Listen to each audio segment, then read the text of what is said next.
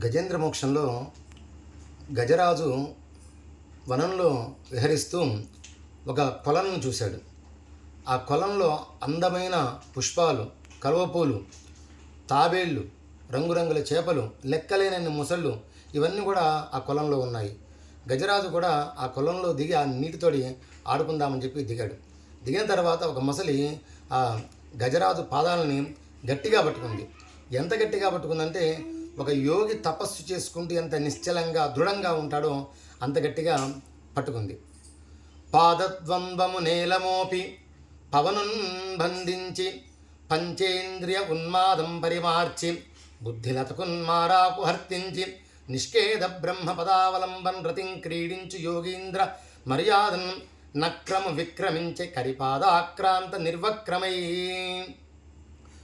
ముసలి తన రెండు పాదాలు కూడా నీటి అడుగున గట్టిగా బిగించింది. పాదద్వంద్వము నేలమోపి రెండు పాదాలు కూడా గట్టిగా బిగించింది. పవనం బంధించి శ్వాస బిగబట్టింది.